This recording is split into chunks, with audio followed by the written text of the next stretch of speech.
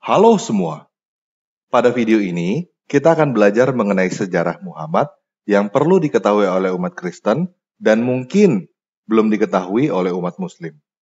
Oke, kita mulai aja ya.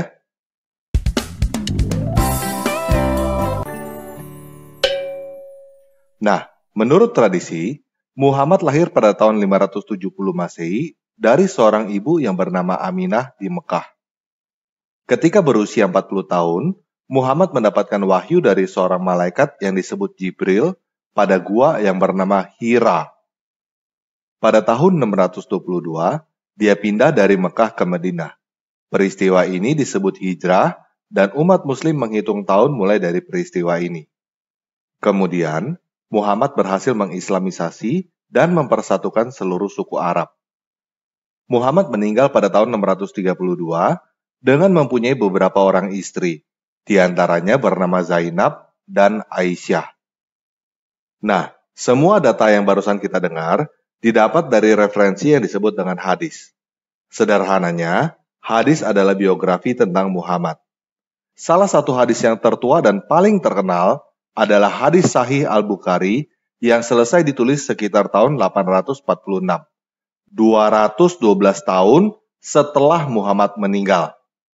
Menurut tradisi, biografi pertama tentang Muhammad ditulis oleh Ibn Ishaq pada tahun 767, 135 tahun setelah Muhammad meninggal. Namun, biografi ini hilang. Karya Ibn Ishaq diketahui karena ada dikutip oleh Ibn Hisham pada bukunya yang berjudul Sirah Nabawiyah, yang ditulis sekitar tahun 828, 196 tahun setelah Muhammad meninggal.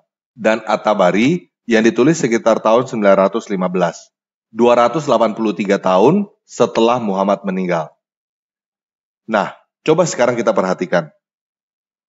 Seseorang yang dianggap nabi terbesar oleh umat muslim, mempunyai prestasi sedemikian besar, mendapatkan wahyu dari Tuhan, mempersatukan seluruh suku Arab, tetapi biografinya baru ditulis lebih dari 135 tahun setelah dia meninggal, dan ditulis berdasarkan cerita yang dikumpulkan dari rakyat.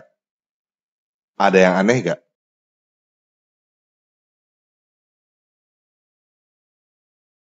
Oke, kalau kamu belum perhatikan ada yang aneh, saya mau memberikan tambahan informasi.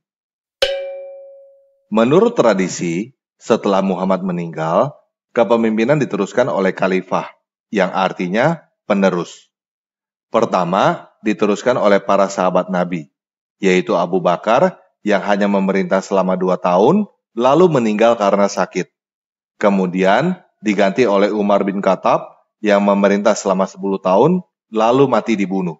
Kemudian diganti oleh Utsman bin Affan yang memerintah selama 12 tahun, lalu mati dibunuh dengan mengenaskan. Kemudian diganti oleh Ali bin Abi Thalib yang memerintah selama 5 tahun, yang juga mati dibunuh. Nah, dinasti atau kekhalifahan para sahabat Nabi yang disebut Rasidun ini tumbang pada tahun 661 dan digantikan oleh dinasti lain yang disebut dengan kekhalifahan Umayyah yang dipimpin oleh keluarga Umayyah turun-temurun selama 90 tahun. Pada tahun 750, dinasti Umayyah tumbang dan digantikan oleh dinasti lain yang disebut kekhalifahan Abbasid. Nah, biografi pertama Muhammad ditulis oleh Ibn Ishaq pada tahun 767. Jadi, selain berjarak 135 tahun, juga sudah 2 kali berganti dinasti. Semua cerita tentang Muhammad ditulis pada zaman dinasti Abbasid.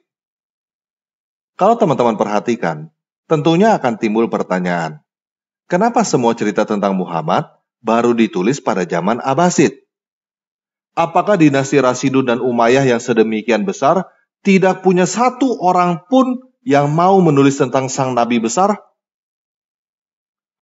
Atau semua catatan tentang Muhammad dari dinasti Rasidun dan Umayyah dibakar semua dan diganti oleh versi dari Abbasid? Atau memang semua cerita tentang Muhammad baru dikarang oleh dinasti Abbasid?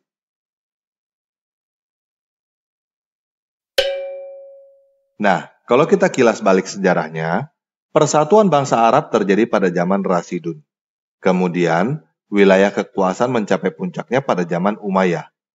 Pada zaman Umayyah inilah terjadi Arabisasi. Bahasa Arab menjadi bahasa internasional. Tepatnya pada zaman Abdul Malik bin Marwan. Abdul Malik bin Marwan inilah yang mendirikan kubah batu di Yerusalem pada tahun 691 dan menghilangkan gambar wajah manusia pada koin. Ayahnya Abdul Malik, yaitu Marwan, mempunyai ibu yang bernama Aminah, mempunyai banyak istri yang diantaranya bernama Zainab dan Aisyah. Apakah Marwan mempunyai nama ibu dan beberapa istri yang sama dengan Muhammad cuma kebetulan? Atau jangan-jangan Muhammad adalah sebuah gelar yang digunakan oleh banyak pemimpin Arab pada zaman itu? Nah, sepeninggalan Abdul Malik, terjadi jurang pemisah yang cukup besar antara orang Arab dan non-Arab, sehingga terjadi kerusuhan di mana-mana. Kemudian, dinasti Abbasid mengambil alih dinasti Umayyah dengan menghilangkan jurang pemisah antara orang Arab dan non-Arab, disertai dengan propaganda sebagai keturunan pamannya Muhammad yang bernama Abbas. Pada zaman dinasti Abbasid inilah Islam berkembang dengan pesat yang ditandai dengan maraknya hadis yang terbit. Dan selain itu, pada zaman Abbasid inilah Al-Quran juga dikanonisasi menjadi 7 versi qiraat atau 7 ahruf oleh Abu Bakar ibn Mujahid yang lahir pada tahun 859. Nah, sebagai tambahan informasi, di dalam hadis Sahih Al-Bukhari nomor 6, nomor 2756, nomor 4188, hadis Muslim nomor 3322, terdapat catatan mengenai surat Muhammad kepada Kaisar Romawi Heraklius. Di dalam hadis-hadis itu, tercatat Kaisar Romawi Heraklius mengenali Muhammad sebagai Ibnu Abu Kabsyah, artinya anak Abu Kabsyah. Dan di dalam terjemahan hadis Muslim yang saya dapatkan, jelas tertulis bahwa Ibnu Abu Kabsyah maksudnya adalah Rasulullah atau Muhammad itu sendiri. Nah, sebelum adanya dinasti Rasyidun, ada seseorang yang bernama Iyas ibn Kabisah yang menjadi gubernur di daerah Al-Hira. Al-Hira terdengar mirip ya dengan Gua Hira. Al-Hira ini sekarang bernama Kufah di Irak. Dulu, Al-Hira ini adalah ibu kota kerajaan Lakhmid sebelum Islam dan ibu kota dinasti Abbasid. Iyas ibn Kabisah artinya adalah Iyas anak Kabisah, dan dia adalah orang Arab dari suku Tayaye. Kemungkinan besar, Iyas ibn Kabisah ini adalah pemimpin Tayaye, dan sering disebut yang terpuji. Yang terpuji Iyas ibn Kabisah, dan yang terpuji itu bahasa Arabnya adalah Muhammad. Tetapi yang menarik adalah, Iyas ibn Kabisah ini adalah orang dinasti Persia Sasanid. Dia adalah gubernur dan hidup pada zaman Kaisar Heraklius. Jadi, tidak heran bila dia menulis surat kepada Kaisar Heraklius. Namun, dia tidak lahir di Mekah dan dia adalah seorang Kristen. Jadi, ada kemungkinan Muhammad itu adalah sebuah gelar yang artinya terpuji yang dipakai oleh banyak orang. Mulai dari Iyas ibn Kabisah, Marwan, Abdul Malik, dan lainnya. Seperti halnya Firaun, yang juga adalah gelar yang dipakai oleh banyak pemimpin di Mesir zaman dulu. Dan mungkin aja, pada zaman dinasti Abbasid, semua cerita rakyat tentang siapapun yang mempunyai gelar Muhammad, entah itu Iyas ibn Kabisah, entah itu Marwan, entah itu Abdul Malik, dikumpulkan dan dibukukan menjadi yang kita kenal dengan sebutan hadis. Mungkin aja, para pengarang hadis itu awalnya hanya bertujuan untuk mengumpulkan dongeng atau komik seperti halnya Marvel dan DC. Namun, cerita-cerita tersebut diterima dengan luar biasa dan dianggap sebagai kebenaran sampai sekarang. Dan mungkin juga, kata Islam dan Muslim adalah istilah baru yang dimunculkan pada zaman dinasti Abbasid sebagai cara untuk mempersatukan orang Arab dan non-Arab.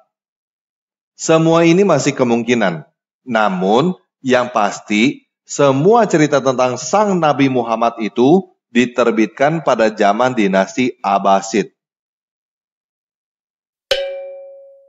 Nah, coba sekarang saya mau tanya kamu. Apakah kamu beragama untuk beriman kepada dongeng?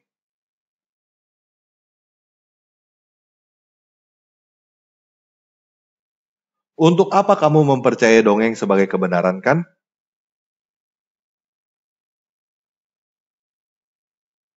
Kalau kamu sudah sadar bahwa apa yang kamu imani hanyalah dongeng, apakah kamu masih belum mau murtad?